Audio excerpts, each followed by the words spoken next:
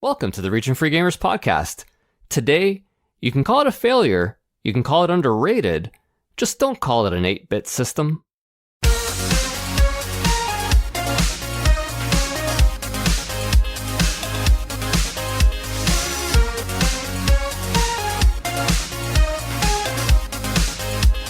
Hello everyone, welcome to the Region Free Gamers podcast, the podcast fluent in gaming. My name's Paul Romalo. With us today, out of Rhode Island, Arnaldo Perez. I'm full of 16-bit love today, Paul. Oh yeah. And well, actually, it's 8-bit love with an 8-bit, 16-bit processor. You know what? It's just 16-bit. It's fine. Don't worry about it. We're not going to talk about that at all. And also joining us today for the first time, my number one draft pick for a Turbografx episode, collector and connoisseur Andrew Brim. How's it going, Andrew? Good, guys. Thanks for having me. Hey man, thanks for joining us. Sure. This is gonna be a fun one, man. This Turbografx episode, we were talking before the show, and Arnie was like, "We've been thinking about this episode for a year and a half, and it's finally here." And I couldn't be more hyped. But before we get to the Turbografx, I gotta say, I usually end the show thanking people for listening, but I'm just going to go ahead and do that right now because I don't know how anyone survives 2 hours of this show. So, thank you, everyone, for listening. And if you enjoy the show, please tell a friend. Don't forget to leave us a rating and a review on the Apple Podcasts app. 5 stars, please. And thanks to those of you who have already left us a kind word. It's much appreciated. Mm-hmm. And man, I tell you, I thought I'd be rusty today. I've been on vacation for 3 weeks, but like this Turbografx, I'm turbocharged, man. I'm ready to go. Telling you, man, I've been dreaming of Hue cards and insanely like amazing cover art. I'm so God, excited. The cover art. I can't wait to talk about the cover art. It's funny, like on a podcast, this is an audio format, and every once in a while though, we talk about the art on certain games or certain, because we have to. Right? I mean, like, some of them are so exceptional. Yeah, it really is like, I mean, we'll get to it, but it just runs the gamut. And I really enjoy when a game system does that, when like you look at a shelf and you pull out a stack of games and no two of them look alike. That makes me very happy. But anyhow, you know what? Before we get started, like I said, I've been gone for 3 weeks. Mm-hmm. And I know both of you guys are in the USA. Andrew, you're in Ohio, unless I'm mistaken. Correct. Midwest. Exactly. I got to say, I was in the southwest of the US for about 10 days. And that is like one of the most gorgeous areas of the entire world I've ever seen. Like I went to the Grand Canyon, first of all, Ooh. And then Vegas. And Vegas is Vegas, right? Like, there is both everything to see there and nothing to see there. You know what I mean? Because it's man-made. They still flick the cards on the sidewalk. Oh, hell yeah. Oh, man. Thing. Arnie, you were going to say? No, I was going to say Vegas to me, like, I've only been once, but Vegas, it was like, if you want to take a trip around the world for like, like if you want to take a trip to every discount location in the world, you go to Vegas. Like you'll see everything, but it's like slightly off. It's not like 100% authentic. Yeah, exactly. Like every time I walk by New York, yeah, especially like or the Luxor. I love the Luxor. Did you know that the Luxor has, I wouldn't say rebranded, but they have 100% leaned into the esports thing. Have they? Really? Yeah, they are now like Las Vegas's esports capital. They have like the esports arena there, the whole 9 yards. Like it's right on the side of the gigantic pyramid. Like, you know, the esports arena, blah, blah, blah. It's pretty crazy. I didn't go. I mean, I was there with my wife, right? I'm not gonna subject her to that. No, want to watch some League of Legends, honey? So it's a dedicated esports arena? I don't know if it's a dedicated. I mean, I'm sure it's multi-purpose, right? Gotcha. Okay. But they've definitely branded themselves as like the Vegas destination for esports. Yeah, interesting. Which is probably a pretty good idea. But in all honesty, though, like I mentioned that because this is a gaming podcast, but in reality, who gives a shit? Honestly, because like after Vegas, we went to southern Utah. We went to Zion National Park, and we went to Bryce Canyon National Park. And I got to tell you, like, you know, for all that we poop on the USA, their national park system is second to none.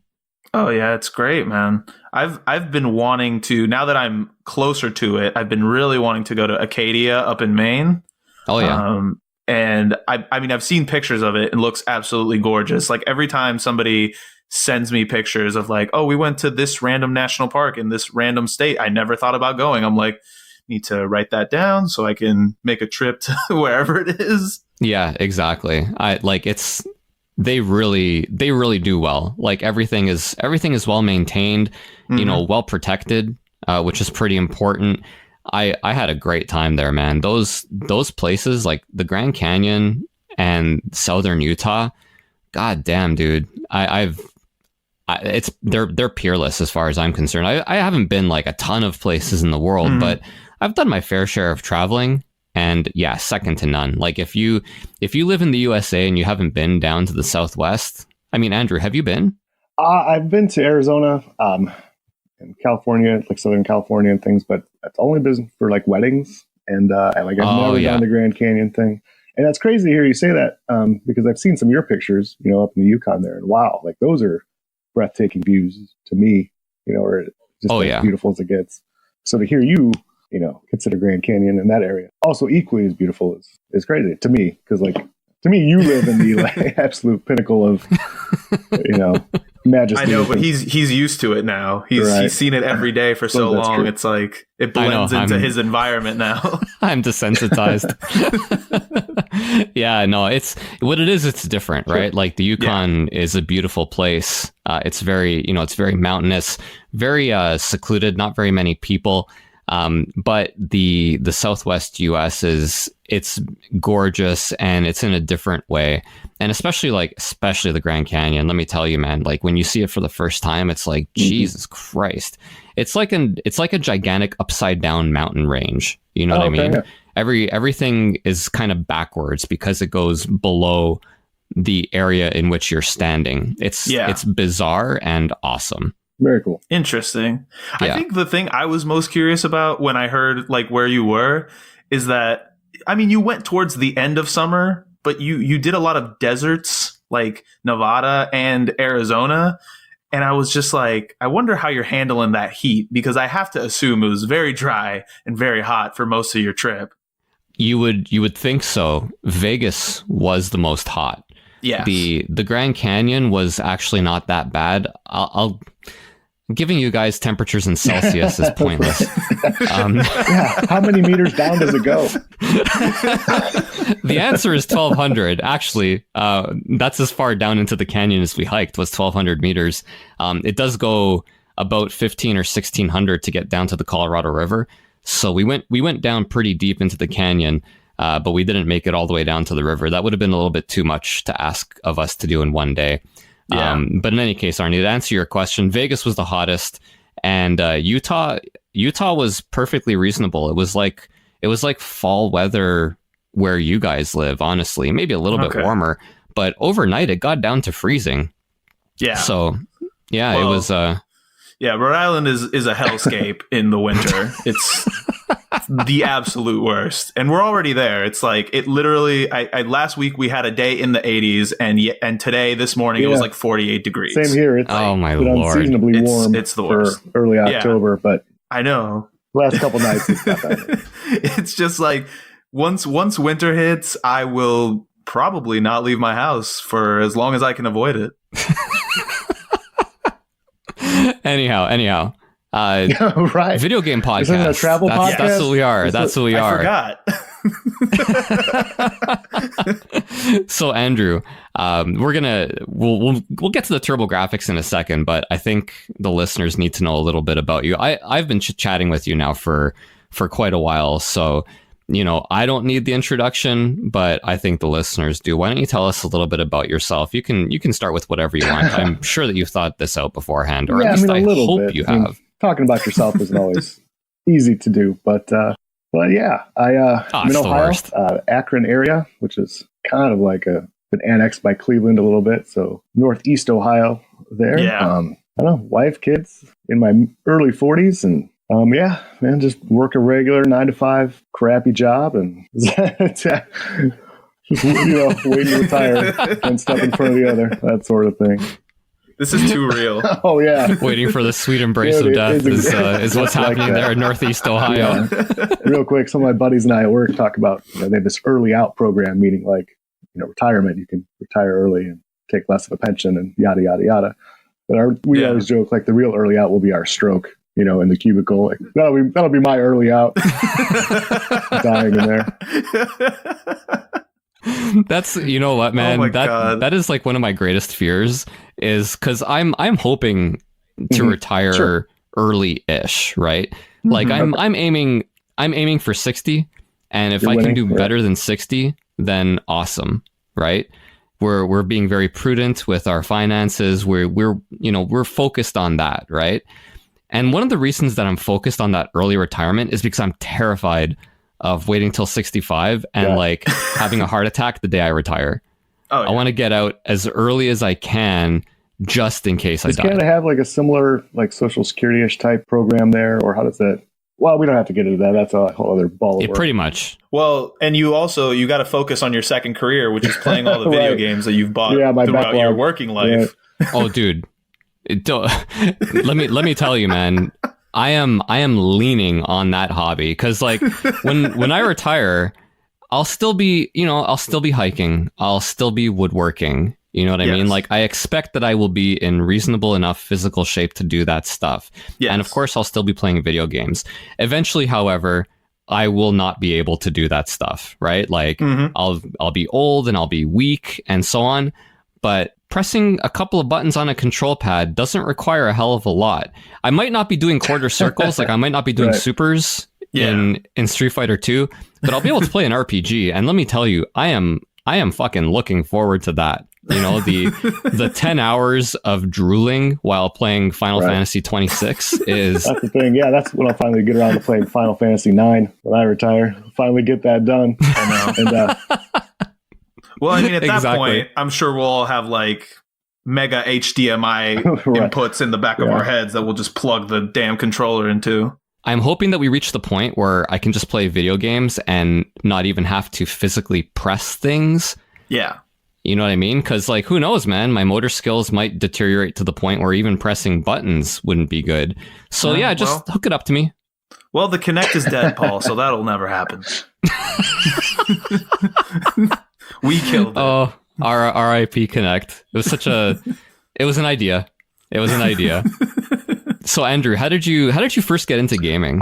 I've always been a huge fan, I guess. My dad has always kind of been cutting edge-ish, I guess you could say, like technology-wise and stuff. Like our family, we were like the first to have like a VCR and like laser discs, and maybe not the first, of course, but like he was just always early on that sort of stuff, if that makes sense. Yeah. And so we had it in television. The Atari's main competitor, if you're not aware, or if listeners aren't aware. And so I just kind of always, I mean, gosh, I would have been 3 or 4, banging on this thing. And I don't have tons of memories from that early, but yeah, I mean, that's, that's kind of how it started. And I always loved arcades. What would have been your favorite arcade game from the era? I loved a game called Ye Are Kung Fu. It's Konami game. Oh my god. Yeah, dude. I mean, old dude. Like I mean, I like the quote unquote normal stuff.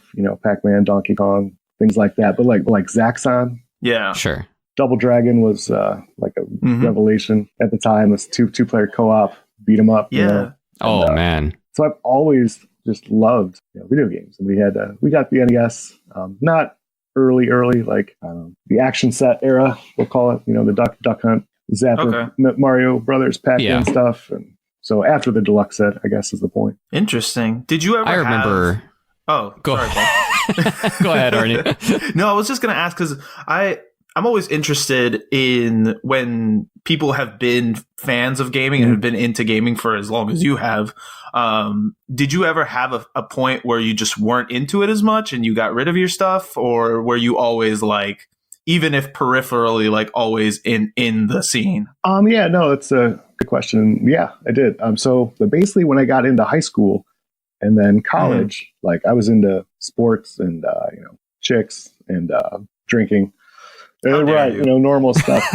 And so there's really this huge gap for me, like video game wise, and it's kind of how I started collecting, because there was this big period from, I don't know, we'll just say 94-ish to 98-ish, 99, somewhere around there, where I didn't play video games. I mean, much. Me and my college buddies and roommates, we played the hell out of some GoldenEye and Mario Kart, and I did play Final Fantasy VII and Metal Gear Solid, staple type, titles there. But yeah, like the end of the Nintendo, or really like a lot of the Super Nintendo stuff, I just wasn't playing games at that time. So I didn't play like Chrono Trigger, for example, until years later. I didn't play or even know about some of these games that got released, kind of in that era until I went back. So then I have to ask, did you had the Turbografx though during that era, sure, right? Well, I mean, we had the Turbo basically at launch. It was that Christmas of '89. It came out in August, a few months beforehand. So yeah, so that's kind of my point. Like '89, that only lasted a few years because the console only lasted a few years. But at that point, now I'm junior, in high school, that sort of thing, and don't have time for games in that, other than like truly like just a cursory way of playing with friends and stuff. But I wouldn't spend a lot of my own like just spare time. Gotcha. Okay. I wanted to be clear on that because in our chats, I know that you own the Turbografx at one point, and this is hilarious to me because it sounds to me like the Turbografx just turned you off of gaming completely for a few years. Is this what happened? Not at all. That is not what happened. Yeah, who hurt you, Andrew? Yeah, no, nothing like that. Nothing at all. It just kind of coincided with a time in my life when I think it's interesting because games themselves, us being older, now myself as an adult. Mm-hmm. You don't look at games as toys anymore, but that's very much what they were, in the 70s and 80s. And, I'm an adult, quote unquote. I don't need toys instead of more of the hobby that it's, or acceptable, almost just form of media in general. Our whole generation is the first one that is going to be growing up with these games. Yeah. And so eventually they'll just be normal, like any form of entertainment, movies and sports, whatever. But at that time, I was like, I don't know, I was trying to, like I said, go on dates with girls on the weekends or played high school sports. So it was Friday Night Football and all that sort of stuff. Yeah, for sure. I'm glad that you learned your lesson and gave up all those childish things to come back to video games. Right, exactly. But I will say, I do find it interesting because I think you're absolutely right in that, before, I think they were just thought of as toys. Mm-hmm. And so in that, it was something that I think people naturally thought you just outgrow. Absolutely. Like after a certain point in time, it was like, oh, I guess I'm not supposed to be playing video games anymore because now I'm older. Right. And these are toys. But now, I mean, we've gotten a lot better about it where now it's like you said, it's a form of media. It's an art form. And so now it's just like, you play video games your entire life, the way you watch movies your entire life, the way you watch TV shows your entire life. You don't play the same type of games maybe as you did when you were younger, but you keep playing them throughout your life. Like that's normal now, I would think. Yeah, I mean, that's what I fully expect to happen, at least, is it to be that new normal and generally just thought of as normal. Well, that's a terrible way to say it. Just repeating myself there. But yeah, that's exactly the point I was trying to say, but as a kid, you're like, oh, I'm not going to play with my Transformers or G.I. Joes or my Nintendo anymore. You feel like you're just moving on that way. Pretty much, yeah. I think the difference, of course, with video games and toys is that now as adults, our imaginations are destroyed. Oh, yeah. So playing with G.I. Joes and Transformers, I can't do that anymore. Yeah. Right. If I had kids, then I might play with them, but I don't. So I rely on video games now to provide me with the imagination that I once had. There you go. So Turbografx. Yes. We need to get started on this because I am chomping at the bit.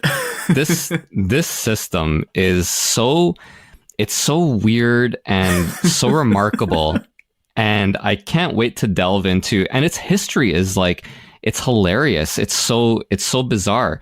But we need to kind of give the outline here because for as much as myself and Andrew, and I guess to a lesser extent you already know about this system. Not everybody who's listening will. So we're gonna set up the bare bones here. Sure. So the Turbografx-16, it's now 30 years old. 30 years old, man. Happy birthday. Indeed. So it was released in North America in August of 1989, as Andrew said, just in time for that year's Christmas season. It was discontinued in 1994, which I don't think entirely paints a clear picture of exactly when it started failing. Because when you say discontinued in 1994, that implies 5 years worth of games. But those last 2.5 years, it was pretty much on the downslide. And the last couple of years, we only saw like a trickle of games getting released. I'm right on this, right, Andrew? Yeah, pretty much. I mean, so Turbo's own Direct was kind of born at the ashes of that. Turbo Technologies, which basically took over from NEC of America and stuff. So there was it kind of just became a mail order business. Or either new games, and it was repairs, just games like that. Sorry to interrupt you. Just games that had already been released. Like they weren't actively localizing or developing anything new after '94. The way the story goes, the way I understand it, I should say, is they were kind of still trying to get some of the games that came out at the very end were finished, if you will, like under Turbo's own Direct's watch. Okay, so then Magical Chase, for example, because this is the one everyone thinks of right off the bat. Magical Chase is a cue card game, a shoot 'em up. And at this point, it's worth several thousand. Like there are so few of them ever sold that you can't definitively say it is worth X amount of dollars. Just because, like every time a new one gets sold, it sets a new benchmark, and often the case. The value is basically whatever anyone's willing to pay for it at this point. So I'm assuming then, because I always knew Magical Chase wasn't released in stores, so that was a TurboZone exclusive. I'm assuming then, yeah. That's what a lot of people think. I mean, there's not a ton of proof really. Either way, one of my buddies just found a Toys R Us like VidPro card for Magical Chase, for example. So does that mean it was sold at Toys R Us at one point in one place, or is this just they made the VidPro cards just in case? Who knows? And I've heard other people's stories, swearing that they bought theirs at Software Etc. or Babbage's or these type of things. But but this is interesting. This is the stuff that I love, is that mystery, just like that sort of haziness around the history of a console like this. Because you would think like between 89 and 94, we'd have a lot more solid information about stuff like this. And so that's the part when I hear about something like that, that's when I get really interested. And I'm like, ooh, tell me more, please. Yeah, exactly. And I know, Andrew, the Toys R Us thing that you're talking, that's Samurai Ghost's account. And I just saw that as well a couple days ago, that Toys R Us VidPro card. And I was like, what on earth is going on? Like, it's 30 years later and we still don't know what the hell happened with Magical Chase. Like, how is this even possible? I assumed that it was, like you had suggested, like something that they printed in preparation beforehand. Yeah. But like you said, who knows? So the system itself, it's a 16-bit game system. People are going to tell you it's 8-bit. Liars. We'll get to that in a second, but we're going to call it a 16-bit game system for now. We will not slander the Turbografx-16. Exactly. It was designed by Hudson Soft and then manufactured by NEC, which was a little bit of a weird arrangement. And we'll get into that arrangement a little bit later as well. But a little bit of a weird arrangement at the time, because the other two main console players in the market, Nintendo and Sega, they were both designers and manufacturers.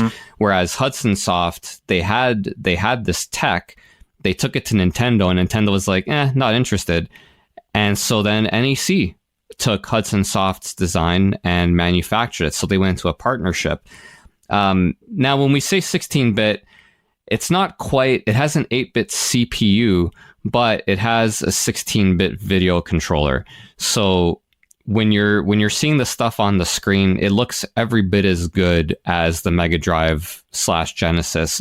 Obviously, the Super Nintendo is a little bit of a cut above, but if you're looking for a comparable, the Sega Genesis would be the one. I would say a lot of the games actually look better than some of the best Genesis games. I think the TurboGrafx could produce a more robust color palette. And the games were fast too. Yeah. Like, we don't have a Sonic the Hedgehog for the TurboGrafx, but the stuff that they were able to do in the shoot 'em up department, for example, was exceptional and ran like blazing speeds. So now, Andrew, you were around at the time, and so was I. And I remember, even as a kid, that there was always that one kid. You know him. We hated him, And he was like, well, actually, it's an 8-bit system. And it's like, dude, come on, man. I could really? hear you push your glasses up your nose as you said that.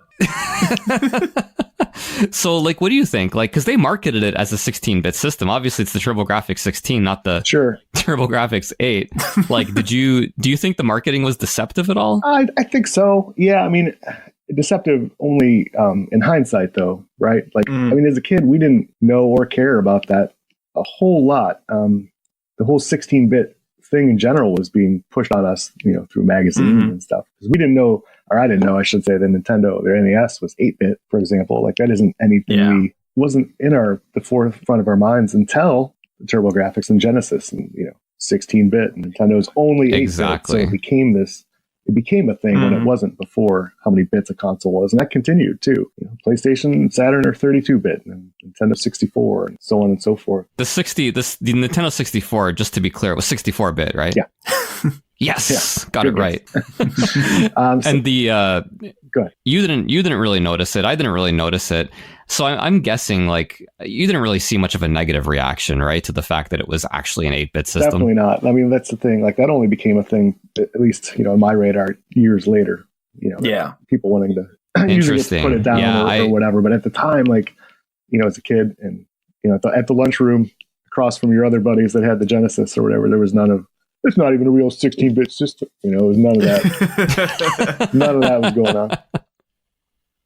Yeah. Well, that's what, man. That's lucky for you, because I did encounter a couple of people at that time who were all about like calling it an 8. You know what I mean? Like these people, they have like secret information and they want to poop on you because you have quote unquote an 8-bit system. But anyway. Yeah, it's 30 years, man. I should be over this by now. I think it's just as deceptive as like blast processing, in the sense that like I don't know what it is. I don't really care as long as it plays video games. Sure, we'll never know. We'll never know what blast processing is. They made it seem like it was really important, though. Yeah, absolutely. Yeah, I mean, I will say, like, including it in the name of the console is that was an makes invitation. It worse or more misleading, right? So the Turbografx-16, actually based on the PC Engine 16-bit console, released in Japan in October of 1987. So the Turbografx-16 actually came overseas 2 years after the release of the PC Engine. The PC Engine, little known fact, it actually outsold the Famicom outright in 1988, and it got up to about a third of the entire video game market share in Japan in 1988. Sega was not even on the radar really anymore at that point. The PC Engine was like the hot new thing, small, sleek, fast, great graphics and all that. And the Japanese absolutely ate it up. Yeah. One of the coolest looking consoles ever. Still the smallest. Yes. And like to this day, it's still the smallest console ever released. I think somebody had mentioned that because they're releasing the PC Engine Classic. And I remember somebody like took a photo of it and was like, it's about as big as the actual PC Engine. There is no mini here. Yeah, the PC Engine is an amazing machine, amazing library. And yeah, this thing was absolutely a real serious competitor to the Famicom. It really was. It's, again, like, I don't want to call it a little known fact, but it kind of is. Yeah. Like, it was a huge deal there. The game cartridges themselves were in a card format, and those were manufactured by Mitsubishi in Japan. So again, this weird kind of partnership between all these different companies. You have Hudson designing, you have NEC manufacturing the systems, Mitsubishi doing the cards. A little bit of a, again, unusual relationship there. Also, the Turbografx-16 was the first console to have a CD-ROM add-on to play CD games, which I was incredibly interested in. Now, Andrew, you said that your dad was sort of like the early adopter. Did you only encounter the TurboGrafx CD after, when you started collecting, or did you have access to one back then? Yeah, I did not have access to one back then outside of, say, a kiosk somewhere, or I mean, not a turbo kiosk per se, but it was a setup somewhere in a store, and I got to see East, just on this constant loop, and still, that's one of my favorite intros ever. I know. That's the only game I wanted back then. I mean, the only thing. And this predates the Sega CD by quite a bit, correct? It does That's right. It does predates all of it. So Andrew, now you have the Turbo CD. You have you have like tons of all this stuff. I see pictures of your Turbo collection, and I'm like, it's oh my god, so much orange. I don't even have words. Hyrule Vice on Instagram, kids. So that Turbo CD box. Now you have a bunch of systems. That Turbo CD box, is that the biggest game system box in your room? That'd be the biggest one in anyone's room, I believe. Like, I don't think there's a bigger. But here's the thing: isn't that box like 80% styrofoam, like on the inside? It's mostly. Yeah, because it's the unit and then just two giant hunks of styrofoam, right? Well, it's the unit and the dock, and then it's the travel case. You know, so you could take it down the street here. So you could be the coolest kid in your neighborhood. Exactly. Revenge. So the case is big, and then yes, three big pieces of styrofoam. It's funny you mentioned that. I completely forgot about the carrying case for the whole thing. In my imagination, and I also forgot about the dock, and I know that like I've seen the dock. I had friends who had, the dock and the system and all that, the system card, blah blah blah. But in my head, in my imagination, it's a gigantic box with just the CD system, like sitting in the middle of it. That's what I thought it was, honestly. Yeah, just that tiny thing. Yeah. Well, I'm glad at least the styrofoam, as Ozzy said, that's filling the landfills everywhere to make me happy, at least had more of a use, and that the carrying case is in there. Like I said, I just completely forgot about that carrying case. The Turbografx, also the first system to have a portable counterpart that could play its console games. It was the Turbo Express. Yes. And that, like, what a great use of that small card format. That Turbo Express was like so far ahead of its time. Yes. It's staggering, actually. And the only reason I think it didn't catch on was the price was also staggering. Yes, but it was, I think, the best execution of something like this. I mean, I think the only counterpart I could probably think of is the Nomad, and this is, by having used both, this is by far and away much better. Really? You think so? Better than the Nomad, I enjoy it more. I think the form factor is better. I don't know. I mean, I could probably tell you that the battery life is better because the Nomad. Oh, dude, the Nomad devoured batteries. But it was just such a more comfortable experience for me. Like, when you hold it's bigger than what I thought it was gonna be, but it's not as huge as the Nomad. Like, the Nomad is, like essentially a Model 3 Genesis, sort of like reshaped to be like a better form factor. But the Express, I thought, like, having played both, the Express I enjoyed hands down a lot more. Interesting. Andrew, have you tried both the Turbo Express and the Nomad? I've never owned a Nomad, but yeah, we had a Turbo Express. I mean, I have one now, and we had one back in the day. And what? Yeah. Oh man, that's. We used to fight over. Me and my brothers would fight over it on car rides down to Myrtle Beach and stuff. Oh man, what a wise investment by your dad. that Turbo Express just for car rides. Yep. And the sweet TV tuner. That was always hilarious. So we actually tried to watch TV on this thing once in one of those car rides, and oh, that's awesome. We didn't really. I mean, I'm assuming it didn't go well. Kid, no. I mean, not only because it just sucked in general, but like, you don't think about it when you're driving, across state lines.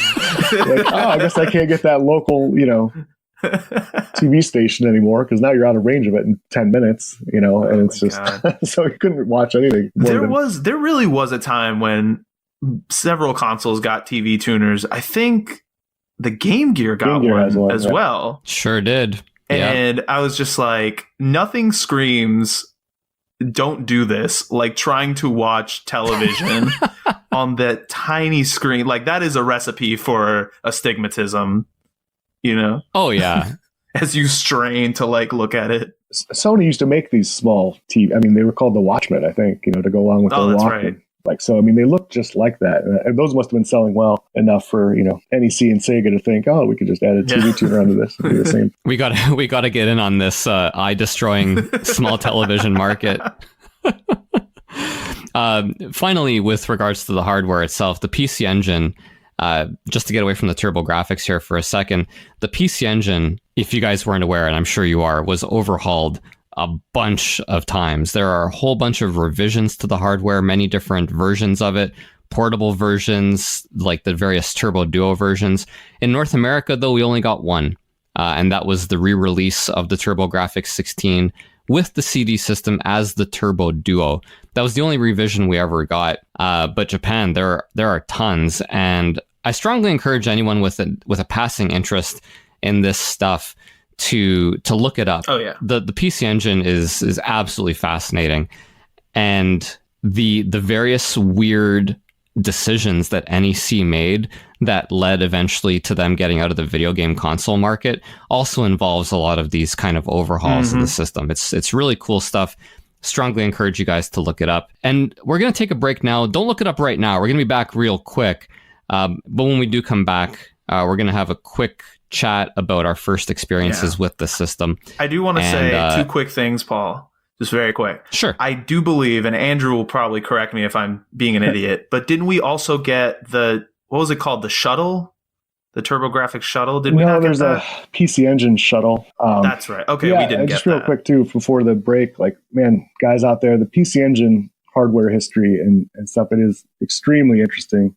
Like Paul said, if you have just a passing interest, check it out. Like, search the PC Engine LT, for example. This is like this looks like a Game Boy Advance. I mean, a much bigger, like Game Boy Advance SP. And all I just mentioned. I mean, there's so many things out there. It's crazy. Like it is a rabbit hole that you can dive into for sure. The only other thing I was going to say, and this is not to malign the TurboGrafx in any way, but original TurboGrafx with CD add-on, one of the most horrific things I've ever seen design-wise. It looks so ugly. The TurboDuo, on the other hand, most beautiful console of all time. I love that thing. It looks so much better. No, I agree. That TurboGrafx with the CD add-on, it's like the CD's almost a tumor. That's what I was sticking out of the system. It's not aesthetically pleasing. And also, if you have your living room set up to accommodate like the TurboGrafx, having that thing sticking out the back, like it's such a bizarre form factor. Whereas the PC Engine, that CD-ROM unit was perfect. Like it just sat right next to the system, made it a little bit longer. I think the PC Engine and the CD together were like the size of the TurboGrafx itself, unless I'm mistaken. Yeah, it doesn't look great, the Turbo CD unit and stuff. I'll give you that. But man, there's something about like putting it together. Like you have to go through all these steps, just to play your East Book 1 and 2. And it's something very satisfying about like putting it together. I'm telling you, it's just cool. Fair. I think it's sort of the same feeling you get when you throw on the Sega CD and the 32X on top of the Sega Genesis. All three power it's just like, look at this monstrosity I've created. Right. I wonder at what point in time the assembling of these kind of like add-ons and peripherals went from really cool to really annoying. Because like, I can't tell you, because if I was a kid and I had a PSVR, right? The PSVR has a shit ton of hookups, right? And if I'm a kid and I'm assembling Voltron and then finally putting on the VR helmet, I'm thrilled. Now, as an adult, what a gigantic pain in the ass. And I think that a lot of people don't use their PSVR strictly because it is such a pain in the ass to hook up. Yeah, I would not be shocked. Anyway, I digress. We were supposed to take a break and then Arnie rudely interrupted. So it's okay. We'll just one more and you're out. So we're going to take a quick break here. And when we come back, we'll talk about our experiences with the system.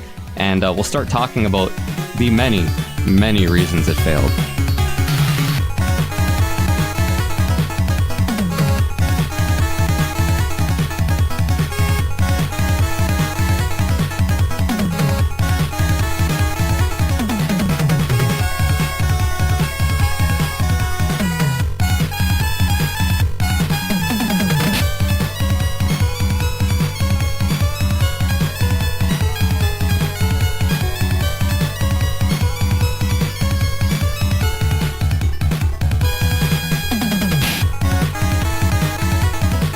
All right, everyone, and we're back. So I want to hear about, especially Andrew. Arnie, sorry, dude, less interesting, but Andrew, I want to hear about your first experience with the TurboGrafx-16. Sure. So like I mentioned earlier, we got it Christmas of '89. Fun aside, I guess my best friend growing up, and still to this day, lived across the street from me. He was kind of my main partner in crime, gaming wise. You know, he was the kid we would trade Nintendo games with. Gotcha. That sort of thing. Basically, my dad and his mom got together before Christmas, trying to pick which system to get us, the Genesis or the Turbografx. We were going, because they were going to get the same thing. So we each had the same system. And so apparently they decided on the Turbografx for whatever reason. And so, Christmas that year, we got the Turbo Tap, a couple controllers, Dungeon Explorer, TV Sports Football, and Battle Royale, I believe. Battle Royale, I think, was an underrated game, especially when you have like a lot of people playing. Yeah, so I don't know. It's not the best game. I mean, the best part of it might be right at the start when you're trying to choose a character, because it's literally this dash to choose a wrestler. It wasn't like a regular select screen. Picture this. I mean, like however many players are playing are up at the top of your TV, top of the screen, and the wrestler you want to choose is down at the bottom. It's literally like on your mark, set, go, and you run down to one and have to choose a wrestler before the other one. And you can the player punches and kicks the other players trying to choose a wrestler. Oh, it's super interesting way to do it. It's like a battle royale, if you will. Yeah,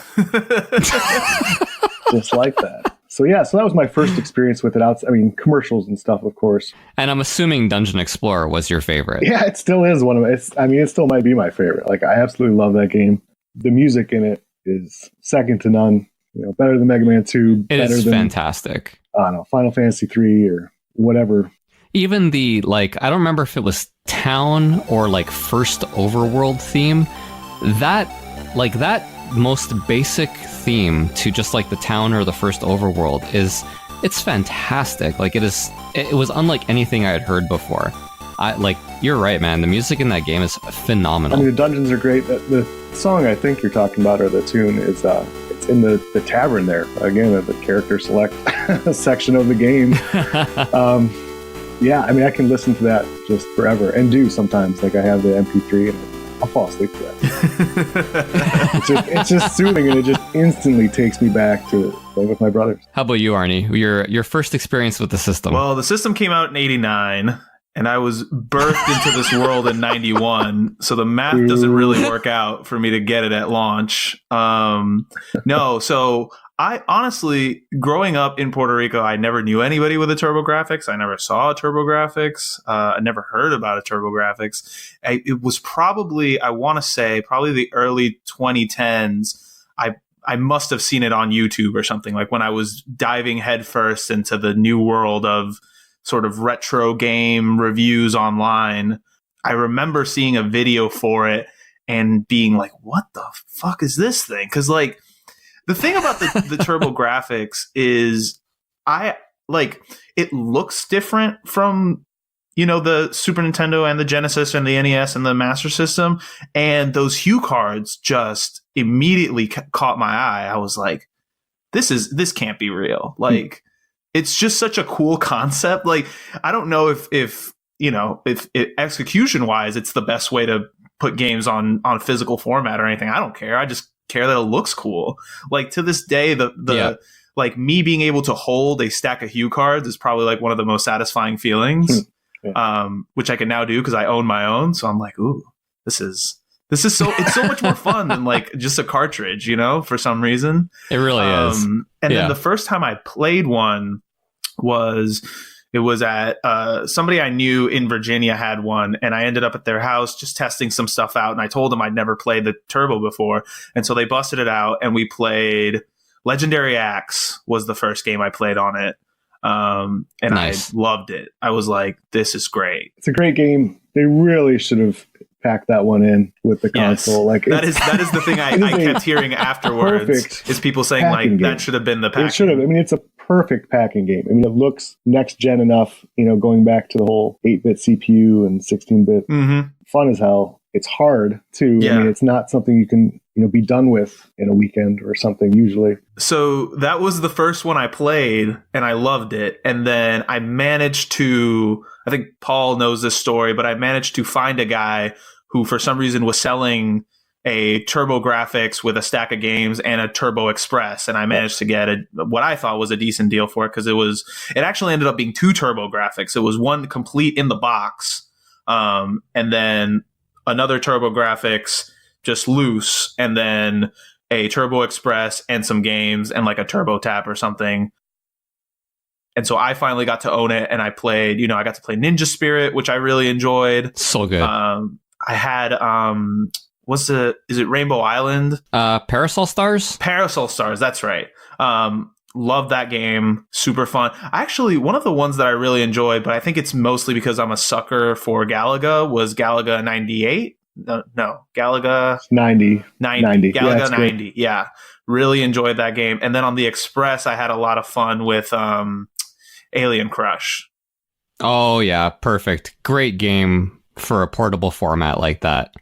It's the thing where if I wasn't so cheap, I would probably get a lot more into the system, because part of what I think makes the system, and I think we'll talk about this later on as well, but there's so many games that are still unique to that system. You can't get a lot of these games in any other format other than to get them on the Turbografx, and so I think that's what keeps its appeal up after all these years. Yeah, I agree. That's what makes it special, to me. I mean, or any console really, is the uniqueness of it and its library. Yeah. And that's why, again, the PC Engine, I really wish people would more. It's so easy to kind of just label the Turbografx as a failure, but if you look at the PC Engine side of it, like all the crazy good games there and unique. Yep. To your point, Arnie, there's so much goofy stuff out there that just isn't like it anywhere else.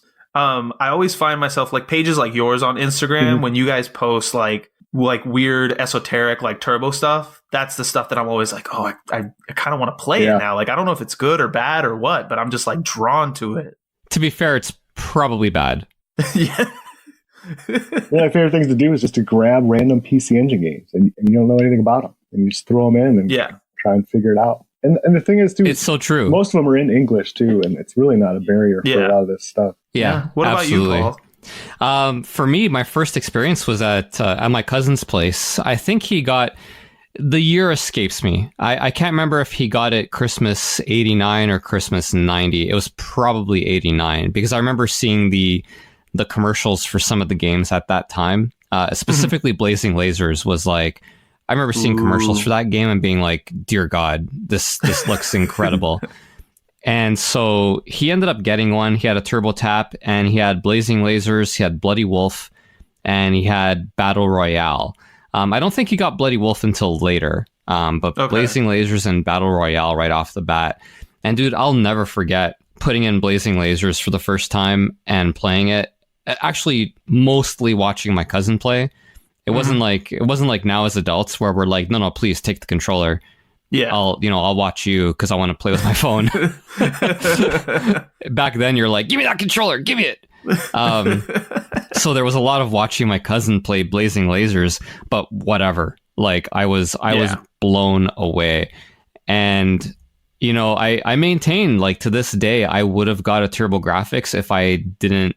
I mean, I wasn't going to get anything that Christmas season. It wasn't until a couple years later, actually, that I got a 16-bit system. But it was mainly because Phantasy Star 2 was available on the Genesis. And if it wasn't for Phantasy Star 2, I probably would have ended up getting a Turbografx, just because my cousin had one and I had played some of the games for it and they were incredible. Now, I mean, that was my first experience with it. And it's also worth noting that was my first experience with a 16-bit system, period. The first one that you play, like, of any new generation, I think kind of helps shape what your feelings are for. Sets the tone. Yep. Yeah, exactly. It sets the tone, exactly. So for a lot of people, if you'd played the Turbografx first, if you'd played the PlayStation first, that was probably where we're going to go in the end, just because that new gen was so shiny and so exciting, right? Mm-hmm. I like the fact that we're all kind of like impressed for different reasons. Arnie, it's always, I kid. I'm not saying that your situation was uninteresting, but it's fun to hear your thoughts on it coming into it much later, as someone who's kind of like digging into the past and how they feel about it. What I was going to say is the impression I get, honestly, is that the Turbografx is now sort of becoming the niche system, like the niche cool system to collect for, where people are like, yeah, you could I know you have a lot of Super Nintendo games, but like, look at this Turbografx stuff, and like, I feel like you can always tell when somebody grew up playing a Turbografx because they're like genuinely passionate about it, and they, a lot of people like the people I feel like who go for those complete turbo sets and like really go for the memorabilia, the ephemera that's not necessarily just the system stuff, like I can tell those people like really have a passion for it. And then there's people who I feel like are jumping on the turbo wagon now because like it wasn't as quote unquote cool back then, and now it's like coming back. Yeah, I wonder if the release of the Mini will reignite interest in actual physical the physical hardware and the physical games. I don't know. It seemed, I guess that's a question to be answered at a later time. Turbo collecting has been out of control now for years. So, but that speaks to the appeal of it. Like, there's still something about that system. There is. You're absolutely right. There is. Because not a lot of people had it growing up. Like, clearly, look at the sales numbers. But I think everybody remembers it. At that time. Mm-hmm. If you had a Super Nintendo or a Genesis, you might not have played with the Turbografx, but you still know what it is because you were of that era. Yeah. So I think those are the people. And there's such cool stuff for it too. Like I remember, I think Samurai Ghost as well has like this like Turbografx starter jacket or like it's like a windbreaker type thing with the logo on the back, and it looks so freaking cool. Yeah, that was a Damn, dude, I didn't know that existed. Like a CES thing that the employees were wearing. I mean, it's got a name embroidered on the front of it, and but there's just like I mean, we'll talk about the pitfalls of the Turbografx on the marketing side, I think, but like some of the stuff they came out with that's not even like video game related, it's just like console, like, yo-yos and like other promotional stuff, like is so cool now to look back on and be like, I want that. And it also helps that it's all like neon green and yellow and and it orange. Has exactly. Does that help? It helps our 90s sensibilities, I think. It is like maximum retro impact now. Those colors. I mean, back then, your mileage will vary, but I have the Turbografx gym bag that's bright green like that, and I know, I love that thing. About to take it into the gym and just see what happens. Yeah, I know, right? So Andrew, you mentioned the fact that few people owned it, and I think that would mean it's a good time for us to go into the reasons for the failure of the system, because like, and calling it a failure is strong. It lasted for a couple of years. It shined brightly. It's almost like the Dreamcast of its era. But when it comes to these systems, like, the stories for failure, I'm sorry, are just inherently more interesting. Sure. You know what I mean? Like, we can talk about why the Super Nintendo was successful. Honestly, who gives a shit? It's it's a great system. Everybody had one. Let's move on, right? Yeah. The Turbografx, on the other hand, is just like this absolute, I don't even know what to call it other than a shit show of decision making, and it's absolutely awesome.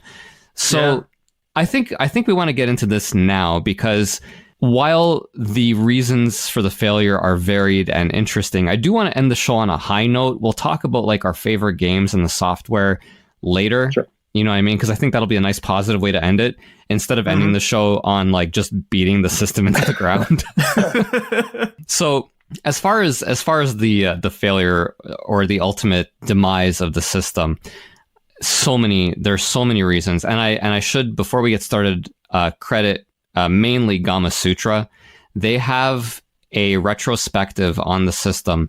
It's about 6 pages long, and calling it 6 pages long isn't really actually accurate. It is very, very long, very interesting. It includes a lot of interviews with people who were on the ground at that time, working for NEC, working for third-party developers. Just a fantastic article. That's where we sourced most of the information from that we're going to be talking about here. And then there are other accompanying articles as well. There's one actually by the author. I don't remember the author's name off the top of my head, but he wrote a personal one where he talked about his own experiences with the system. Also very interesting. Christian Nutt is his name. I just looked it up here. Also on Gama Sutra, sort of like a companion piece to the main one we reference. Okay. So I strongly encourage you guys to read that one, even though we're going to talk about it here. So, we can start at the beginning. We can talk about how NEC recruited very poorly. So you have Nintendo, you have Sega, you have these software people. They've kind of been through the trenches, right? So they enter the 16-bit era. Sega in particular kind of knows what they did wrong with the Master System, and they are ready to go guns blazing with the Genesis. Whereas NEC's side, they recruited Keith Schaefer, Ken Wirt, Bob Faber. These guys are all former Atari employees, and they were tasked with managing the Turbografx launch. Now, these guys are experienced PC guys, not so much with the home console market. I think if I'm NEC at that time, I'm headhunting. I'm probably poaching from Nintendo and Sega, but I'm not a hiring manager in the late 80s, so what do I know, right? Yeah. So just on the face of it, getting people who kind of oversaw the ultimate demise of Atari and the crash of the entire video game market, maybe not the way to go. Another baffling thing they did was and we touched on this earlier, was the redesign of the hardware aesthetic. They spent months just to recreate a rubber textured cover for the console's rear expansion port. So the way it works is like there's this expansion port you put on the back. What was it called? The Turbo Booster, right? That's right, Andrew. Yes. Turbo Booster that added composite video, and Turbo Booster Plus that added composite video and save capabilities. Another first thing that the TurboGrafx did before any other console, you could save games to the console. Exactly, yeah. And that's how you attach the CD unit as well through that expansion. Yep, exactly. Yeah, you have to have the booster in order to attach the CD unit. The CD unit also attached to that expansion port. The CD unit itself was a booster, or booster plus, as it were. Yes, that's right. Man, it's so hard to remember all these different... I say all these different things. There's like 3, honestly. But this is the Voltron of video game consoles. You need to understand it really is, kind of, actually. But anyway, yeah, they spent months just trying to create like a rubber textured cover for that expansion port instead of just going with plastic. So like they have to go to the manufacturer sends it back to them. They're like, this isn't quite right. They make some adjustments, send it to the manufacturer. That takes a while. Like there's all this time wasted with redesigning it, and they already had the PC Engine. Like it's madness. And they'll be goddamned if that wasn't the best rubber textured cover for a console's rear expansion port you've ever had, Paul. You're right. I mean, I'm sure the time spent was worth it. Pretty nice, not gonna lie. John Branstetter is quoted basically as attributing this to the Atari way, which was thinking like bigger is better. And that was also kind of the same mindset, the bigger is better, that led to the Atari 5200. By the way, the Atari 5200, terrible system. Great.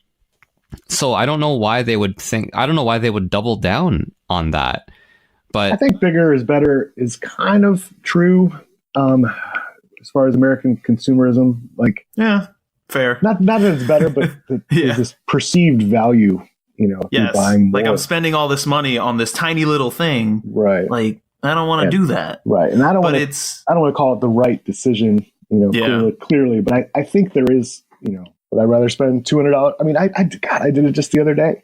Right? You buy, I did. You dehumidifier. You know what I mean, for my basement. It's like, oh, this one's 12 cubic whatever, and this one's 13 and a half. Like, oh, I guess I'll get the better one. The bigger one. Yeah. When it could easily be the worst machine. Yeah. No, that's a really good point. That is true. I will mention, super happy now to be living in a part of the world where I no longer need a dehumidifier. Because like that Northeast Great Lakes, oh my God, you guys can keep it, honestly. It's great up here. I will say country. That I wonder if I'm curious to know, because everybody, whenever we talk about the NES, the line that I always hear is Nintendo wanted to make sure that it didn't look like they were marketing it as not a video game system. Like that's why it's called the entertainment system. That's why they had Rob the Robot and all that stuff. They wanted it to be more like a toy. Yeah. But with the TurboGrafx, I wonder if it was sort of like the opposite, since video games were so not entrenched, but they were like an established thing again at this point after the crash. I wonder if they looked at the PC Engine and they're like, this thing is so small, and maybe parents will think that it's just like sort of a plug and play, like a disposable, thing. They might not be willing to invest the time and money on all these attachments that we're going to come out with and all these games we're going to put out. So let's redesign it to make it look more like a video game console. Does that make sense? Sure. And who knows, to be honest, I mean, I think the TurboGrafx looks fine, right? I mean, I agree. The problem is that you already had the PC Engine. Yes. Sure. And it looks sleeker. It looks so much cooler. Futuristic. Well, in any case, they spent a lot of time doing that. And during that time, you have Sega, and Sega's like, okay, Mega Drive looks great. Let's pump it out. And and so Sega was able to turn around the Mega Drive and release it in the West way sooner. Actually, they ended up beating NEC to the market in the fall, and NEC was shocked by that. They had no idea. They just saw Sega suddenly release the Genesis for Christmas of '89, and they were like, crap. Yeah. And so, all this time spent on a redesign, really, they should have just been trying to get to the market sooner. So true. To me, that's their biggest sin, if you will, is timing. We can talk about their the recruiting and the advertising and even the packing games, all these, poor decisions. But I mean, timing to me is really the only thing like that matters. Like picture a world where the Genesis never comes out. This thing, the PC Engine was an NES competitor, or Famicom, more specifically. And this thing was eating Nintendo's lunch in '88. Like, it is a better version of a Nintendo. And that's what they were meant or trying, to compete against. All these games in Japan that, came out there and didn't come out here basically because of the Genesis. I mean, there's, in addition to the Sega stuff, Outrun and Shinobi, and there's so many games on the PC Engine that were released here that people don't know about, like Cheeky Cheeky Boys. Yep. War Song or Game Ground, or I mean, even the Super Nintendo, like Pocky and Rocky, like that's a sequel to a PC Engine game that is a port of an arcade game, but still. or Twisted Tales of Spike McFang, like that's a sequel to a PC Engine game. They did have a 2-year head start on the Super Nintendo, but if they just had those couple years to compete just against the NES, like I truly think we could be talking about a very different thing here. And I mean, you can't undersell the name recognition too. I mean, the Master System wasn't a huge seller in North America, but I feel like people knew of Sega. Like that name arcade resonates with people. And that's more. The other thing too. Yeah. I mean, Arnie, for someone who didn't grow up, with arcade or in that era, like that's all. Arcades were the thing to us kids. Like those were the games we wanted to play, and we just wanted those games to come out at home. I spoke about Double Dragon earlier, and Double Dragon's coming to Nintendo. And I mean, that was honestly the thing, and everything else kind of grew from that. But that was like the main point, I guess. Yeah, they were the arcade ports were almost always the most hyped games. Yeah. You know what I mean? Like when I saw that Rampage was coming out for the Sega Master System, super hyped. Yeah. R-Type, gigantic. You know what I mean? Like a home console version of R-Type, I would have loved it. I never actually ended up getting one, but boy, oh boy, did I ever want that console version of R-Type. It was a very big deal to have arcade ports on your system, and Sega was, pretty much kind of the king in that regard at the time. Yeah.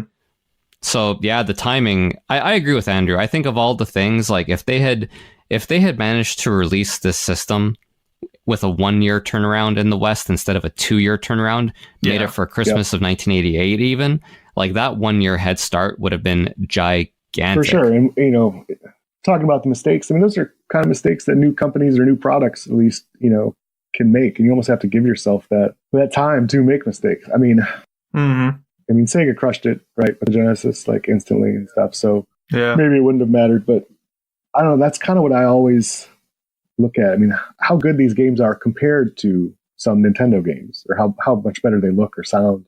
Yeah, exactly. And just to kind of like, because when you're comparing Turbo and Genesis, it's like it's apples and apples, right? Like there's not a heck of a lot of difference. And then no, but it's true, right? Yeah. Like they look very similar. Whereas when you're comparing Turbo and NES, obviously huge difference. And I think people would have adopted it.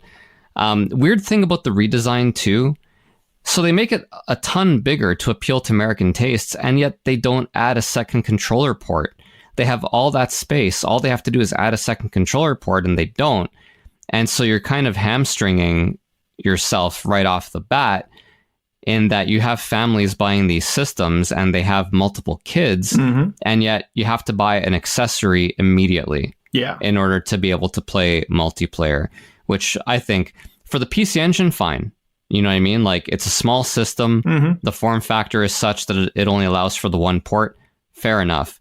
But when you're redesigning it to actually be bigger and you fail to add another port, like I just don't get it. I still don't get it. Not only the accessory, you got to buy the second controller too. Oh yeah. It didn't come with a second controller either. Yeah. So, that was kind of a weird decision. NEC was kind of, I don't want to say hoodwinked, but I guess they kind of were a little bit, I don't know, fooled.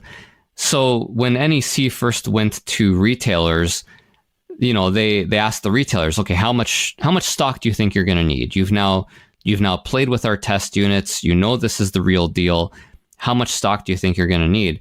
And so retailers went to NEC and they said the most amount of stock possible. All the stock. And now we know that that's not really the correct way to go about it. Yes. Retailers just don't want to miss out on potential sales. Correct. But NEC took them at their word and they overproduced.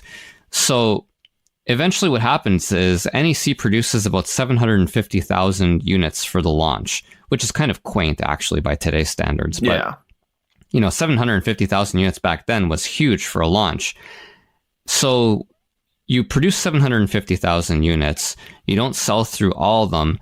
Suddenly you have a lot less money for marketing. You have overstocked warehouses, so you have to pay for warehouse space. There's just all this cost overrun that comes with producing a whole shit ton of units because you took retailers at their word instead of kind of forecasting on your own. So Sega produced far fewer Genesis. I don't know. Genesis. And so Genesis comes out right off the bat, and eventually they're outspending NEC about 4-1 on the marketing side. Yeah. On the other hand, NEC in Japan is like, whoa. We're not going to invest any more in marketing until we see more of these units sell. Yeah. And it's like, well, you kind of need one in order to have the other. And so they... the chicken or egg. Yeah, exactly. And they're really shooting themselves in the foot there. I didn't know about this until fairly recently. Obviously, as a kid, you're not privy to these kind of sales numbers and so on. These kind of details only come out long after the fact. Like, I mean, this particular, like, Andrew, did you know about this before you started reading up for this episode? Not specifically in that way, like where I thought the number they produced was basically like 1 million, and that was, roughly it for the whole console run. Like I was under the impression they didn't ever make any more, after that initial run, but I didn't know that was kind of at retailers, request. Yeah.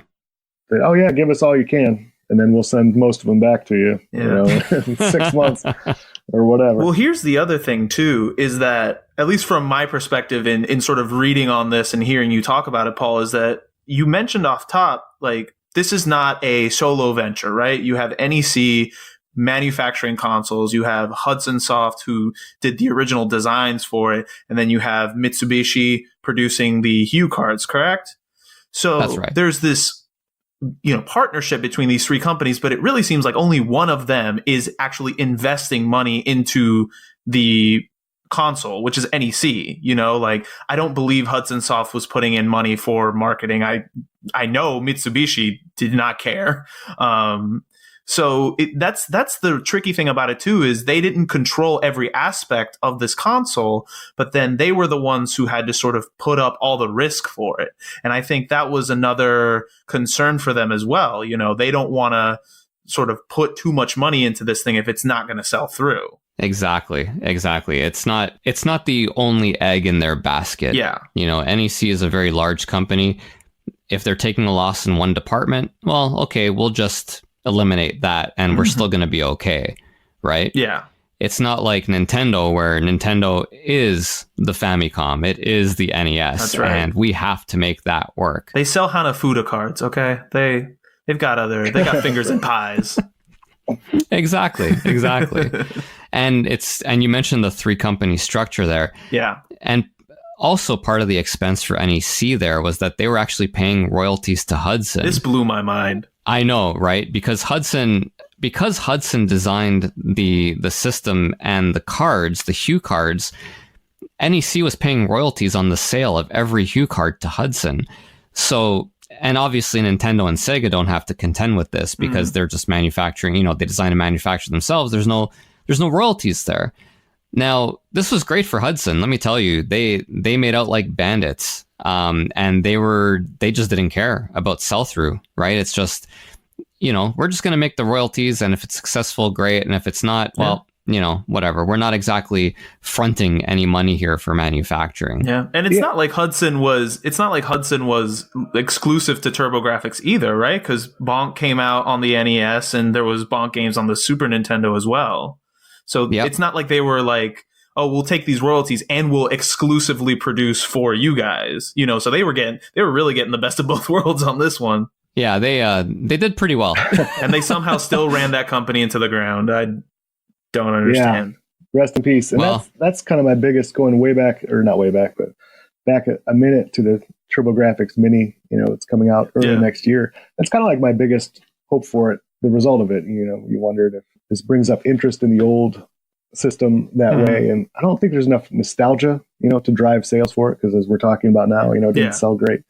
But my biggest hope is that it sells well enough that Konami, who now owns, Hudson Soft properties, realizes there's enough appetite for some of those said, IPs. Like, give me a new Bonks game. That would be very interesting. New Bonk game. Yeah. I mean, or any of their old properties. I agree with you, Andrew. Like, I don't think, it's like you said, I don't think there's enough nostalgia there, but I hope there's enough for them to produce something new, or at the very least, re-release some more. Yeah. Either via like the PlayStation or the Nintendo Switch. I mean, the Switch is the obvious place, but Konami, it's all right there. It's in your hands, just release it. Yeah. Let it run free. They could definitely do like the same way they did a Contra collection, a Castlevania collection. I could see them doing a Bomberman collection, a Bonk collection, something digital to tide people over if they're not going to do something new.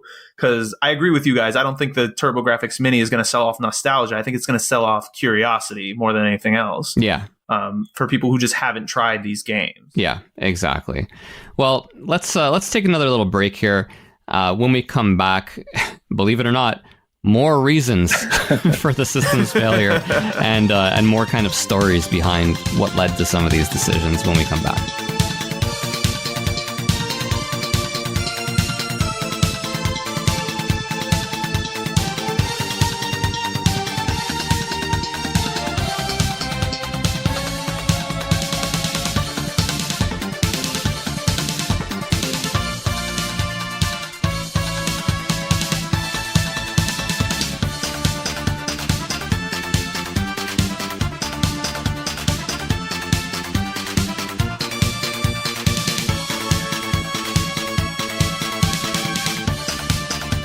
All right, everyone, and we're back.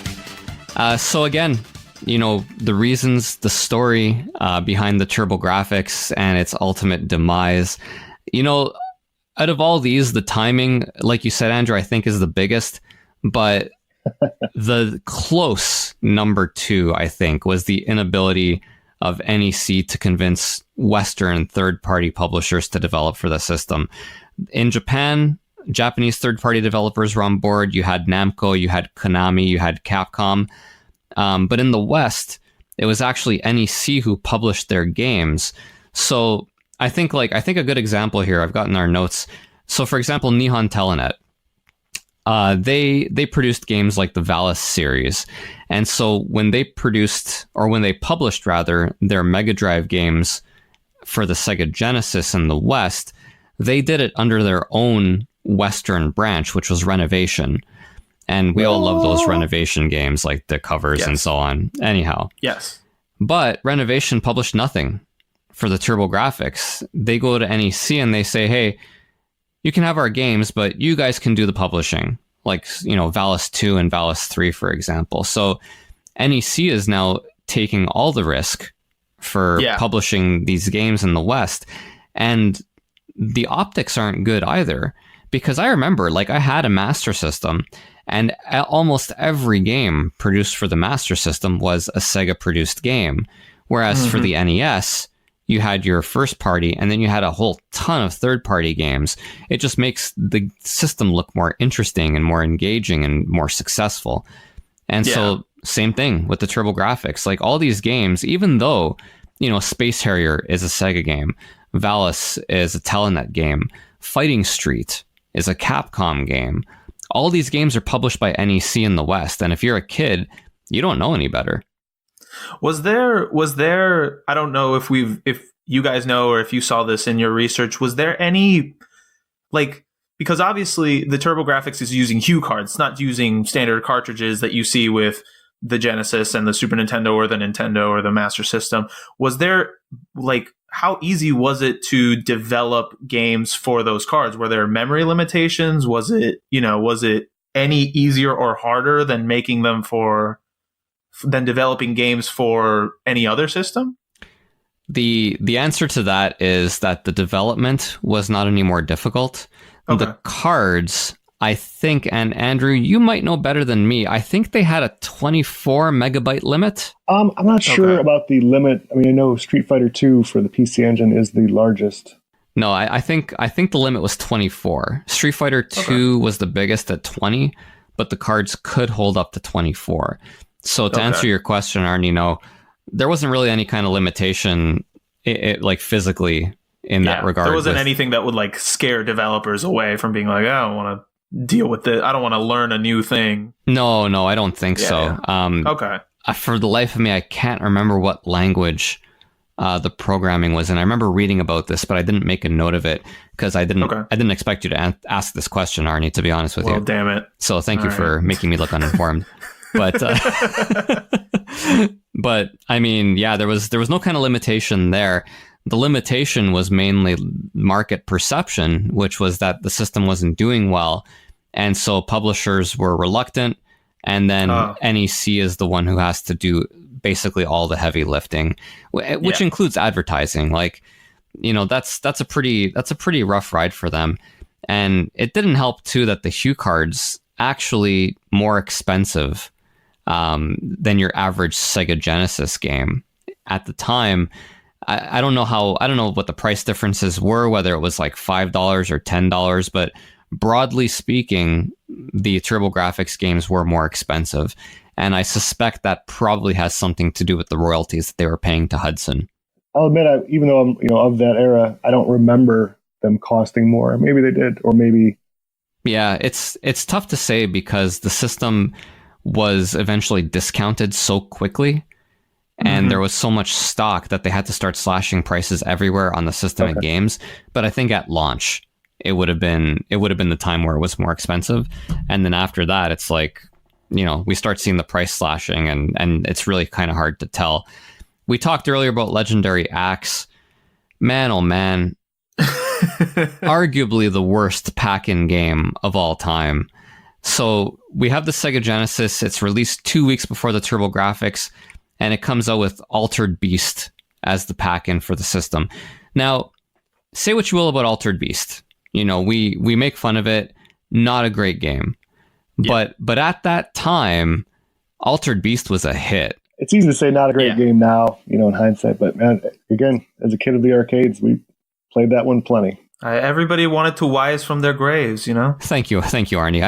I was just waiting for that one. So the Sega Genesis comes out with Altered Beast. It looks great, gigantic sprites.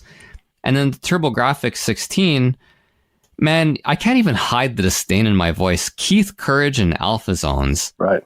My boy Keith. Oh my lord, what are they thinking? The Legendary Axe is right there. R-Type is right there. Like, you want that kind of arcade tie-in to entice people? Put R-Type in there. But instead, Keith Courage and Alpha Zones, named after NEC boss Keith Schaefer. I mean, like, just, oh my Lord, just thinking about that. The fact that they like, hey, let's name this game after our boss. This would be great. Oh my Lord. The Miyamoto inspired platformer. So I mean, this of course is based on is a PC Engine, localization. It's made in Wataru. Yes, Wataru is right for sure. But that game itself is based off a Japanese kids TV show. So picture that as part of the decision making. Like, nobody in the U.S. is familiar with this. Like, let's use that. It is an odd choice. I don't think it's a terrible game. Just on the very surface, it's not great. Not my favorite. It's not the worst game. It's not good enough to be your pack-in. I think about it. I was going to say I think about it almost every day. Obviously not. But but every time I do think about it, I shake my head. My head starts shaking. I can't control it. It's like this physical reaction. If somebody came up to me on the street and just said the words Keith Courage, my head would just start shaking from side to side. And I think you made a good point in that Altered Beast was the original pack-in for the Genesis. And I think people now obviously look back and are like, well, that's a terrible idea. But it was a known commodity. It was a game that people played in the arcades. People liked it in the arcades. You had heard about it. You wanted to play it at home. Whereas Keith Courage, again, esoteric. Nobody knew what it was based on. Like, it's a really interesting thing when you think that they also had R-Type, and I guess you could put R-Type in there, but I think Legendary Axe is better because I think if you get people to buy the system, R-Type is an instant buy regardless because you know about it, right? Whereas Legendary Axe maybe not as much. So I think Legendary Axe would have been like that was the game. I don't know why that didn't happen. I think that's kind of the consensus is when we're looking at potential launch titles, everybody kind of agrees Legendary Axe should have got the nod, and somehow it didn't. And I mean that's NEC. Like they also had kind of like a general inability to pick the right games to bring out west. One of my favorite video game just guys of all time, Victor Ireland. Victor Ireland, the former president, owner, whatever of Working Designs. Like in the Gama Sutra article, he actually mentions that there is a producer for NEC allowing her children to select games. Like, if somebody had told me that, I'd be like, yeah, whatever, right? Because people make stuff up all the time. But the fact that you have Victor Ireland going on record saying this, like, good God, man. Somebody like, well, what do you think's a great game, going to like their 8-year-old child? Oh my Lord, what are we thinking? That is a bit on a sketch comedy show. That has to be.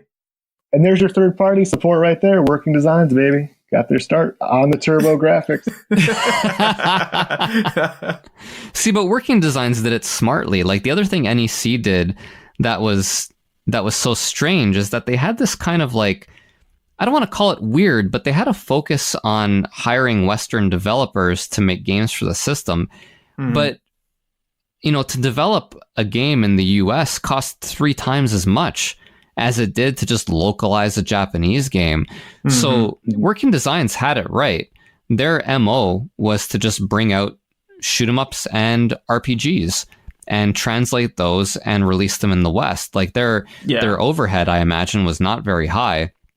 So like they did okay, but then you have NEC hiring ICOM Simulations to produce like, the Sherlock Holmes games and Beyond Shadowgate. Is there another Western developer here that I'm forgetting? I'm sure. I mean, there has to be.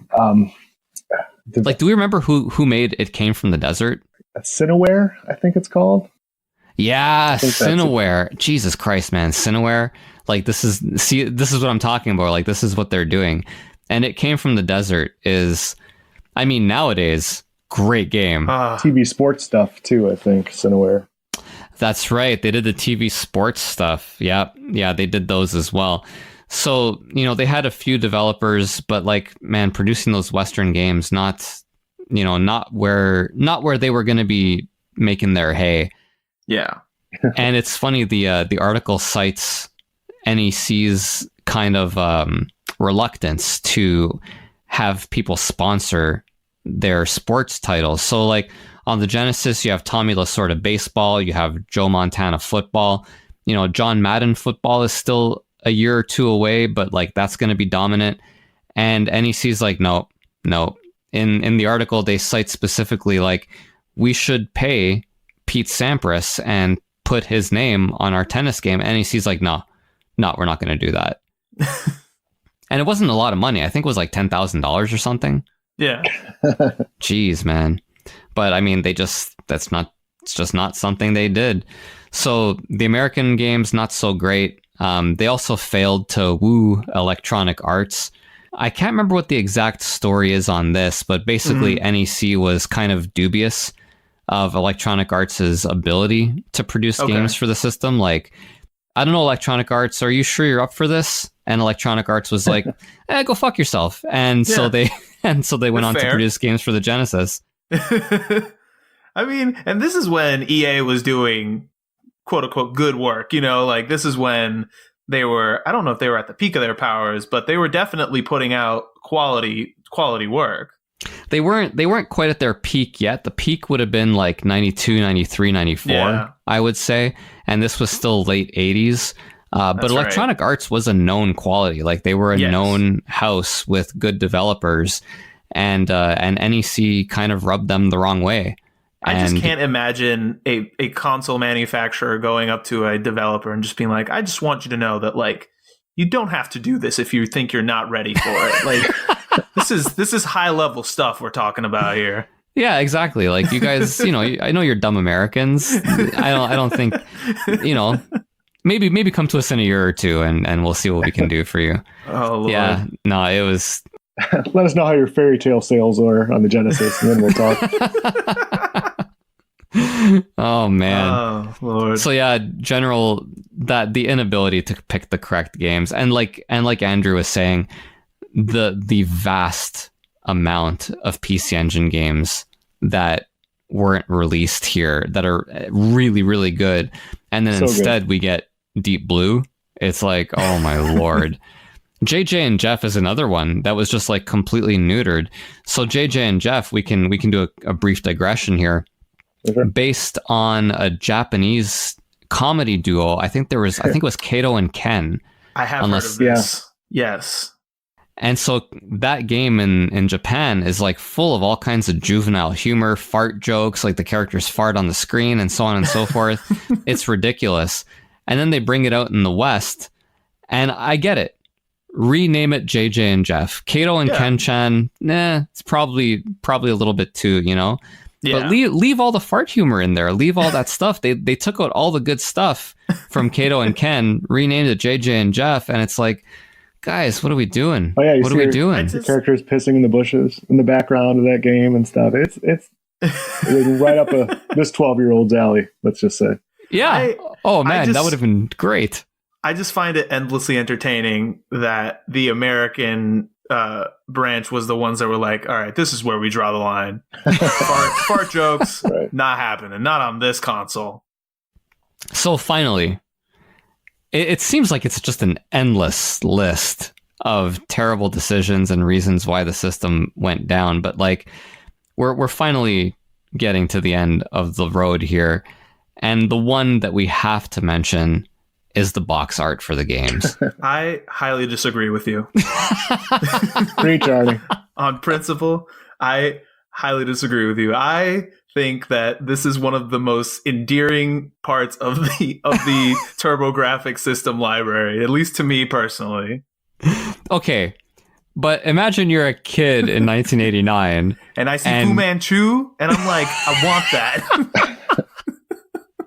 It's just an angry looking Chinese cartoon man on the front of the box. That's a good game, by the way. If you haven't played it, it's a good puzzle. It is a good game.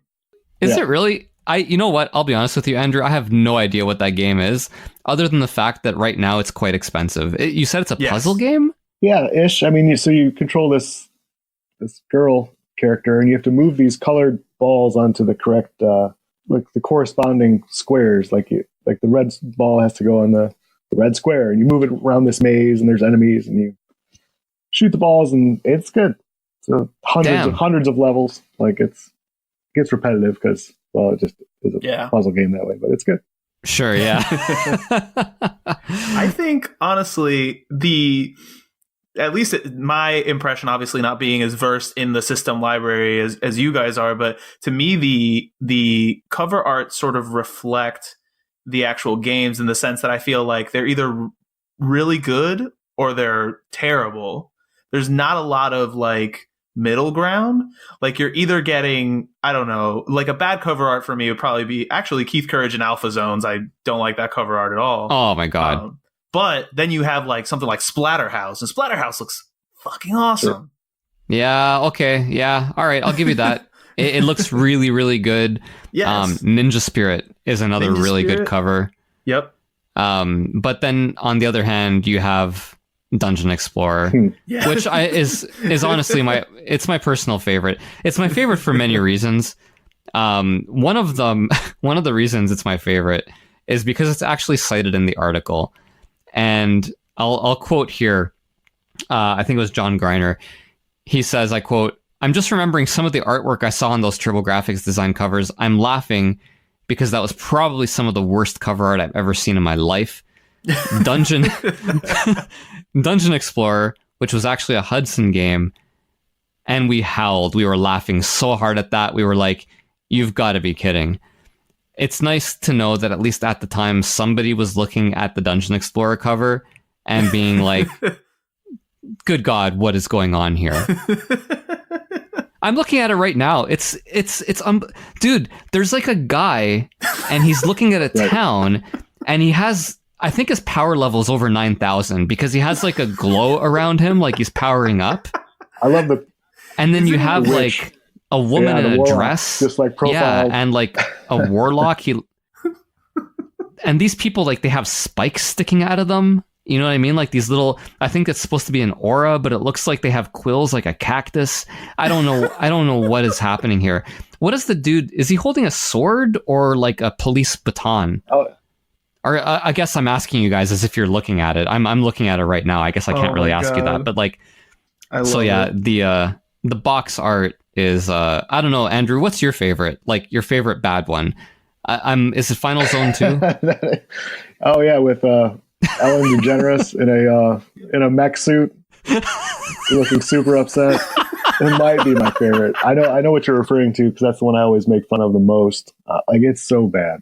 I think the box art again, it becomes nostalgic, right? Like almost so bad it's good. Like in your notes here after that thing from John Greiner, you talk about, you probably never saw Master System cover art. I love Master System cover art. I absolutely love it. Like I love how it's all uniform and it just looks great together, like in that white box and like this. Like I just love it for whatever reason. It's all minimalist. But if you're, I'm sorry, Andrew, if you're a child buying a game and you see Black Belt for the Master System on the shelf, Black Belt is a picture of a foot. It's a foot. No, nothing it's the words Black Belt, right? And then under it there's a foot coming through the screen, coming right at your face. Nothing to me is better than, I think it was Pro Wrestling on the Master System where the guy is headlocking his own head. Clever. Yes. Best one. Yeah, that's a very accurate depiction of professional wrestling. As a counterpoint to that, Airzonk, amazing cover art. Yeah. One of the best. I'm glad you keep bringing up the good ones. There are good ones. There are. And every time you come up with a good one, Arnie, I'm going to give you China Warrior. And China Warrior... I hope everybody looks these up, honestly, because China Warrior is a Bruce Lee kind of like an American Bruce Lee, and he's kind of like giving this stiff-legged helicopter kick to like a guy who looks like Sergeant Slaughter. Does look like Sergeant or Roadblock from G.I. Joe. That's who I always think of. Roadblock. Oh, deep cut. Yeah. He looks like definitely looks like Roadblock. And I don't know, man. I could go on and on. Fighting Street's a great one. You have Ryu standing in front of Mount Rushmore. Why on earth is Ryu standing in front of Mount Rushmore? Because he's a world warrior. There's a Mount Rushmore stage. Okay. You fight in front of Mount Yeah, Birdie, you're I right. think is who you fight there. Maybe I'm wrong. But it's called Fighting Street. It's It not is. called Fighting National Park.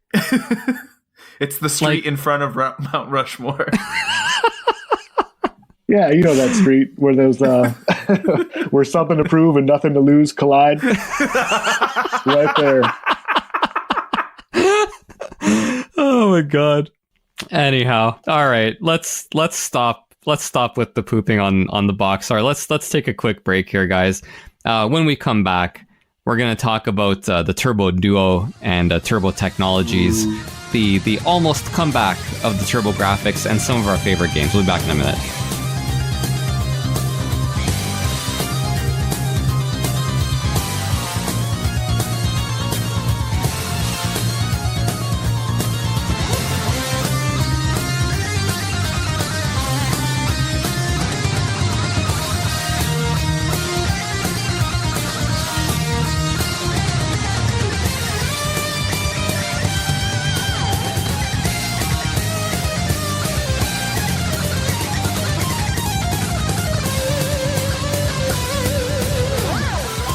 All right, everyone, and we're back.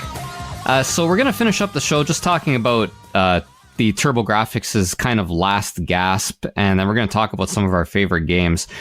We should mention the TurboDuo, as Arnie mentioned earlier, like really the sexiest looking system, I think, probably ever made. Yes. It's hard to argue, I think. I would need some other examples and some other side-by-side comparisons. Maybe there's something else I don't know about out there. But dude, I love that TurboDuo design. Yeah. No, it's great. Honestly, even the PC Engine Duo also looks freaking gorgeous. Yeah. And it makes me, I guess it wouldn't have worked out just because of when it came out. But I'm like, if you skip over the Turbografx and you release this, I think this is a lot more enticing for people. But yeah, it just, I agree. I think it takes too long for it to come out at that point. Like, I think the Genesis and the Super Nintendo was out at that point as well. So you're jumping into that whole mess.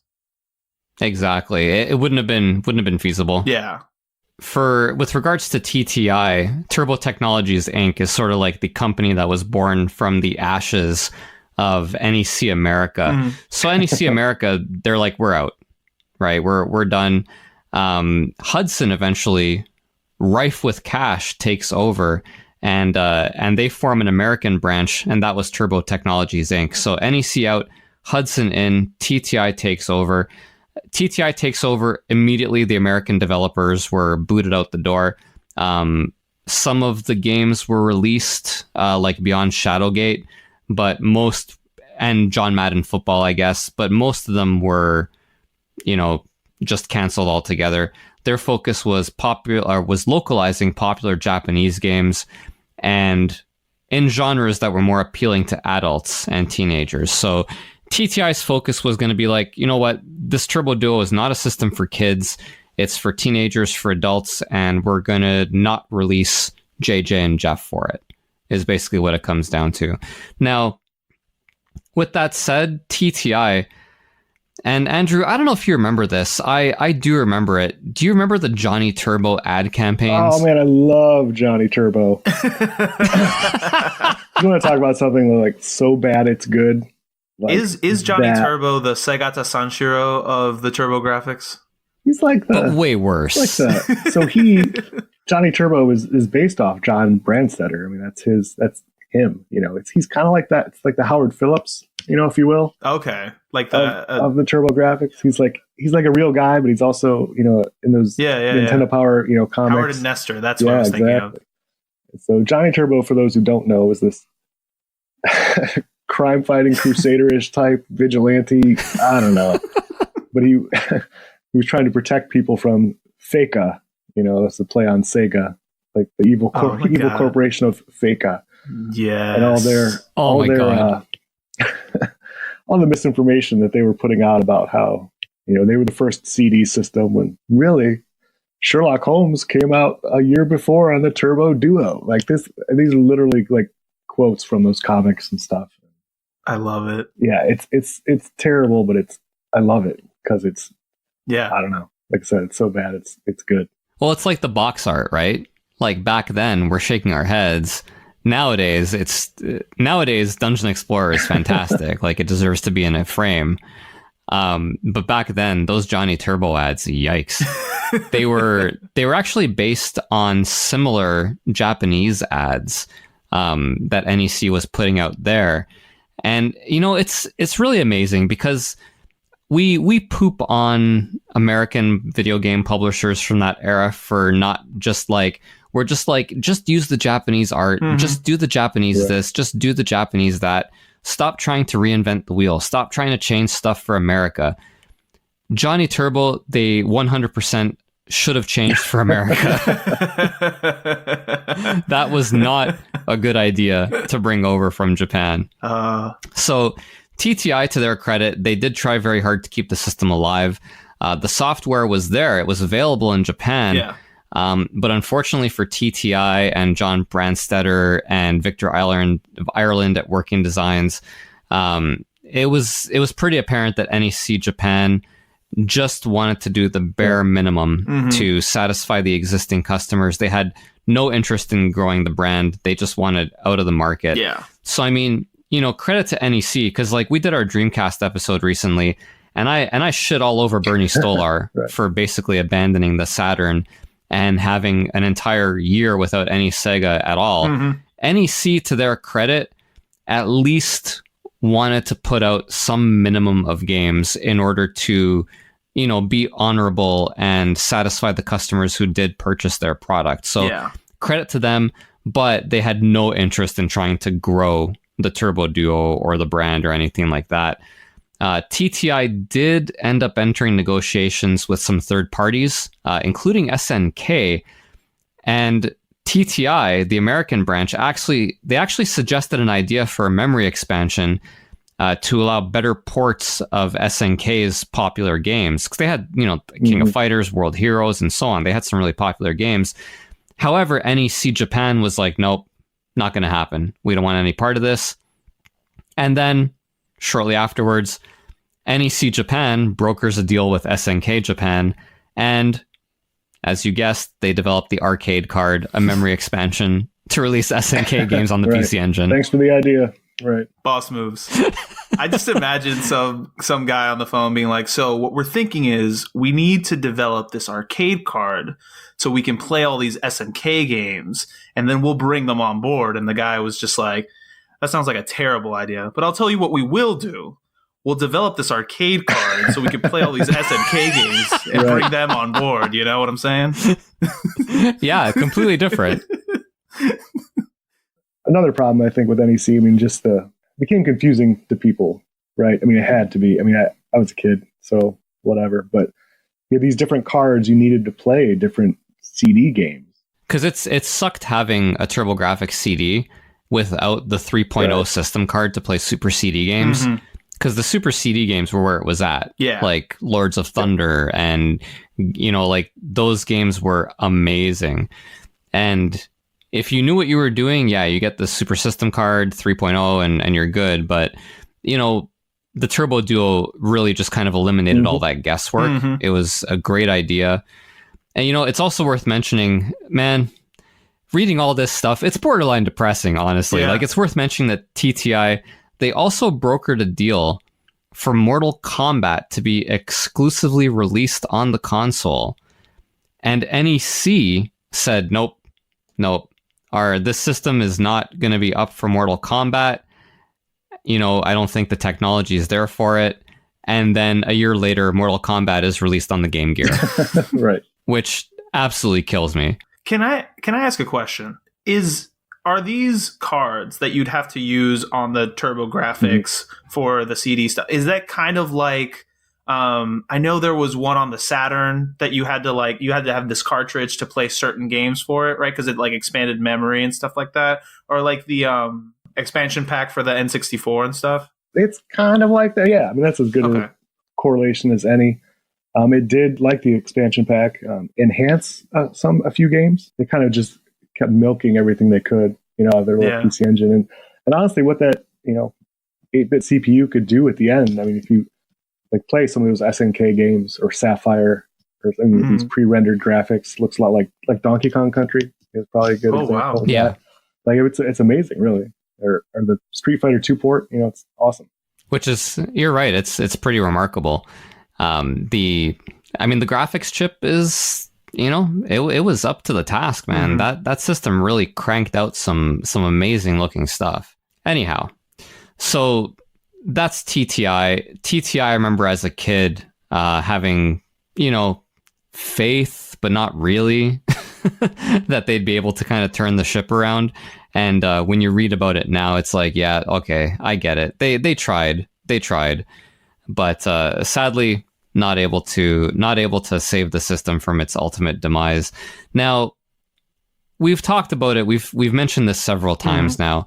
The software lineup, that lineup, the good games are really good, and this is where it becomes kind of like the hipster darling of the retro collecting community, because some of these games are just absolutely fantastic and very unique.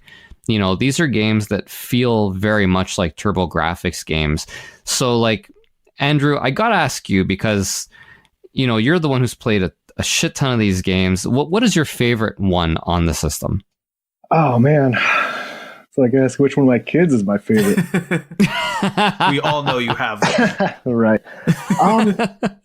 Man, I always go back to Dungeon Explorer. It's kind of depressing in the sense of, because that was such an early launch title, that was your favorite, but that's easily the one I've spent the most time with. There are so many good games for this, though. I mean, I just a couple notes, I was like Air Zonk and Blazing Lasers, Bloody Wolf, obviously the Bonk stuff is great.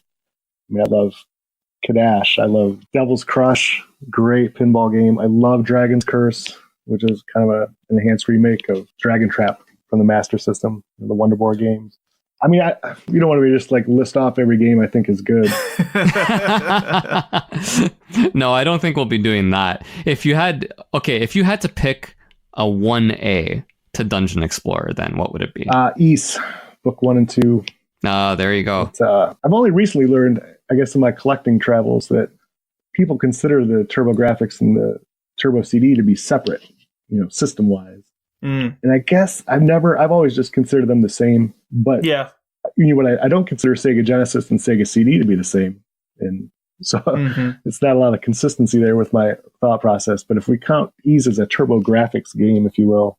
Yeah, I definitely count CD games as TurboGrafx games. I feel like the library is small enough that you lump the two of them together. Yeah. Yeah. Maybe that's why. No, for me, the CD experience is inseparable, I think. I understand what you're saying, Andrew. Like the Sega CD is like a separate system. And I never actually thought about that until you said it right now. Right. But I guess, you know what? If Arnie, what about you? What would you say is your favorite? You've got a few there. Which one is your favorite? Of the ones that I've played, I mean, my true favorite is probably one I haven't even played yet. But I'd probably say, honestly, Legendary Axe. It's just really fun, and it's one of those where even when I die and I have to start over, like, I'm not angry. I enjoy going through it, maybe because it's a new experience. But Legendary Axe is definitely one there, and if there's a 1A, it'd probably be Ninja Spirit. I love Ninja Spirit so much. That's so good. But there's just so many games that I need to play. Like, that's honestly, I was really excited when the TurboGrafx Mini sort of mentioned that they were also doing PC Engine games, because like Sapphire's on there. I really want to play that. And there's like a few of them that I really want to sort of dig deeper on. I'm hoping that this is one of those consoles that gets hacked like immediately, so I just have an excuse to download a whole bunch of TurboGrafx ROMs and PC Engine ROMs. Yeah, it'll have to be. Yeah. Like, I mean, they're basically emulators, right? Yeah. I'm not a tech guy, but like, I would think that it'll be hacked right away. Yeah. I mean, as far as me, if I had to pick a favorite, I'm with Andrew. Ys 1 and 2 is really kind of like, especially for a game that's not like a super CD game, it's the like the regular CD kind of 2.0. That game is absolutely fantastic. And I've mentioned it on this podcast several times before. We don't need me to rehash why it's so good. What I will say is I've seen people online, in talking about Ys, a lot of people kind of disparaging the bump combat in that game where you just kind of run into enemies to fight them. Dude, that bump combat is like the best thing ever. Yeah, funny you bring that up. I loved RPGs as a kid. And here's another thing that goes back to the arcade stuff in the sense of, arcade games they were beat 'em ups, they were shooters, simple type, take your quarter and get out. And because on the NES or whatever, there's really just shitty versions of those good games in the arcades. RPGs is what set it apart. And so that's what made, that was my favorite part about the NES library. And my biggest regret about the Turbo library is the lack of role-playing games. So I was predisposed to just love Ys, as soon as I could ever play it. But the bumper cars combat, as people call it, it is.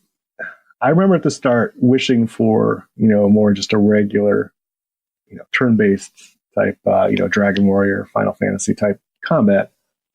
But then the more you think about it, the more I would think about it. It really is kind of the perfect solution to the grind that was possible or that necessary, if you will, in those games. Like, how many times do I have to fight this effing slime, or whatever creature just over and over? And man, this just cuts down the time by 75% or whatever.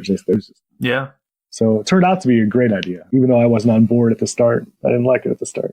No, me neither. At the start, I was like, I admit it was what the hell is going on, but that bumper cars system, the other thing I like about it is that you never stop moving. Yeah. You never stop moving. You're always moving. You're always engaged. It's not like stop / move, stop / move. Mm-hmm. You're just always moving, and it creates this great fun flow to the game. And I think people look at it and they see Adol just run into enemies, and they have the same reaction that you had, Andrew, and that I had at the beginning. But really, it is a heck of a system. And I wouldn't say that it translates into modern games, but you can see the nonstop movement now in games where, for example, in Ys 8, you're running forward, but when you slash, you don't necessarily stop your forward momentum. Mm-hmm. And I think that's very important. You just kind of keep moving as you're playing. It creates this much smoother feeling game. And I think Ys 1 and 2 is kind of the beginning of that, because I don't remember ever a game like that where you wouldn't have to stop to attack first. Yeah. You know what I mean? I know that we've talked about this before too, where it's exactly, it always keeps you engaged, because the thing people always complain about in RPGs is I have to go fight this guy and then I have to hit X until they're dead and then I'm done. It's boring. But Ys always keeps you moving, and it's for me at least, when I played it, it was always tense, because if you take a wrong turn and an enemy catches you, you could be dead immediately. Right. Yeah, there was definitely a lot of that too, let me tell you. But again, tension is good, at least as far as I'm concerned. Yeah. And as far as Hue card game, I guess it's got to be Blazing Lasers, man. That game, maybe Bloody Wolf. They're kind of 1 and 1A for me. Bloody Wolf is I replayed it last year, and I'm like, yeah, this game is great. It's just objectively really good. When I was a kid, I loved the story in it. You know what I mean? The president's been kidnapped. Oh my God. Yeah. The president's been kidnapped, and then you go to rescue him, and you get kidnapped. Correct me if I'm wrong, Andrew, because I'm actually having a hard time remembering, even though I just played it. You actually exchange yourself for the president. You rescue the president, but then you get captured as a result. Yeah, exactly. And then your partner has to go and rescue you in the second half of the game, and you control the partner. And I thought that was just the coolest thing ever. Cool. That's a great game. So yeah, those would be my favorites. Andrew, is there a game that you can think of that people don't know is really good? Because we all know about Lords of Thunder, right? We all know about Rondo of Blood. Mm-hmm. Those are known qualities. They're great games. We don't need to talk about them anymore.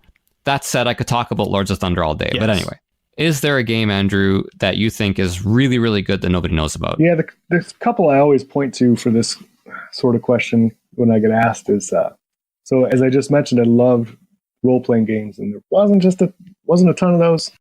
on the Turbo, unfortunately. But Final Lap Twin, which is a racing game, and World Court Tennis, which is a tennis game, each have this quest mode. Like you can just play a regular game of tennis or, race against a friend or whatever. Or they have this single player role playing game, which is, it's not the deepest role playing game ever, but for a kid, it scratched that itch, if you will. And yeah, that sounds pretty awesome. I remember you telling me about World Court Tennis in particular, and I was like, are you serious? Like, man, I wish I had known that existed when I was a kid, because I would have been all over that. Like RPG/racing or like RPG/sports game. Like, yeah, I would have been totally into that. Yeah, the tennis one's great. Like you have to defeat the evil tennis king and, whatever. You do. You have to try to avenge your father's loss or something. It's weird, but it's great. Oh my God, that sounds even better now, actually. If I had to recommend one, and I mean, I don't know, I guess people do know about it, but man, Military Madness is really, really good. Oh, good one. Like that is a great, I would say, a little bit better than entry level turn-based strategy game. I would highly recommend that to anyone who is looking for like a tactical kind of game, and it can be played in sort of bite-sized chunks. Yeah. I don't know, man. I loved that game when I was a kid. I think people do know that it's really good. It's not quite as deep a cut as World Court Tennis, because World Court Tennis you can have for like it's not that expensive, is it? No, I mean, $15, that sort of thing. Yeah, sure. That's what I thought. Whereas Military Madness is a little bit more known. That's like in the $40 range or thereabouts. I think that's a good choice. But because a lot of people, especially just look at the box art, or even the back of the box art, and it just doesn't look like something. You have grids, and it looks like it is a strategy game, but those never represent well, I think. Yeah. Screenshots and stuff. I agree. Yeah. And the fact that it's on a chip card helps, because there isn't any loading time. Right. You just it kind of cuts immediately to the part where the two units fight each other, and then you go right back to the map. There's no loading to watch the units fight each other, which I think is really helpful too. So I highly recommend, if you have a passing interest in the Turbografx Mini, I would highly recommend it. Yeah. These games they're as different as the Genesis games are from the Super Nintendo games in feel. It's funny how games from this era, you can only do so much with 16-bit, graphics and sound and all that, right? Yeah. In theory, all these games should kind of look and sound the same, but they are all very unique. And in particular, the Turbo CD games were unlike anything that was available at the time. If you are interested in games from that era, that Turbografx Mini, to me, that's a no-brainer purchase. It absolutely is. I love the PC Engine games on there. I keep bringing up the PC Engine and stuff, but I consider these things the same, like more so than I consider Famicom. And I don't know. It's just, if you're gonna get into Turbografx, like please consider getting into the PC Engine too. Like that's where this system really, really shines. And like I said, it kind of gives you a glimpse to what could have been. Yeah, it kind of feels to me like the Saturn, where I feel like if you're gonna get into the Saturn, you do well to also get into importing Saturn games, because there's so many really good games that just did not make their way out of Japan for one reason or another. Yeah, that's pretty much what it comes down to. It is very much like the Saturn in that regard. So yeah, when the Mini comes out, if you're listening, I strongly suggest you pick it up. These games are very unique, and a lot of them are still worth playing today. Absolutely. And I think that'll wrap it up today, guys. Yeah, I was just say real quick too, if you are getting into the PC Engine or Turbografx, don't be scared by thinking you need to speak Japanese. Like almost all these games, don't require any language knowledge, period, because they're shooters and platformers and stuff. But even the menus and things, they're in English. Like it's honestly good, crazy. Like it's really only like the RPG stuff where, if you can't speak Japanese, you're not going to have a good time. But can't play Snatcher, but you play Devil's Crush. You play you play some fun arcadey shoot 'em ups and stuff. Star Parodier, Gradius 1 and 2. Yep. I mean, Ninja Gaiden. I mean, there's just tons of stuff on here. Awesome. Cool, guys. Well, thanks very much, Andrew. Hey, thanks so much for joining us. Enjoyed it. Yeah, man. I've been looking forward to this for a long time. If you need to find Andrew and his amazing collection, including the neon Turbografx gym bag. You can find him on Instagram. He's at Hyrule Vice. So Hyrule like Zelda and Vice like Skies of Arcadia, all in one word.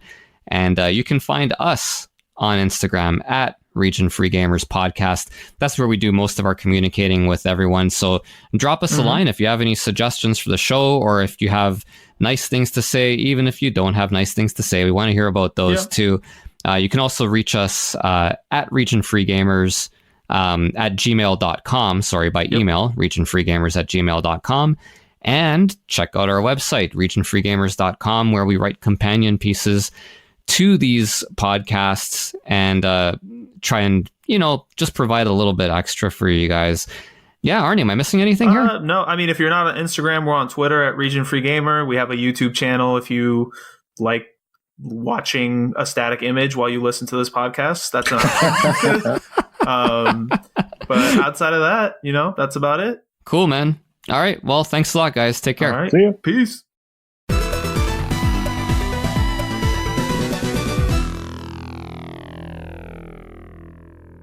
Yeah, that street where there's where something to prove and nothing to lose collide. Right there.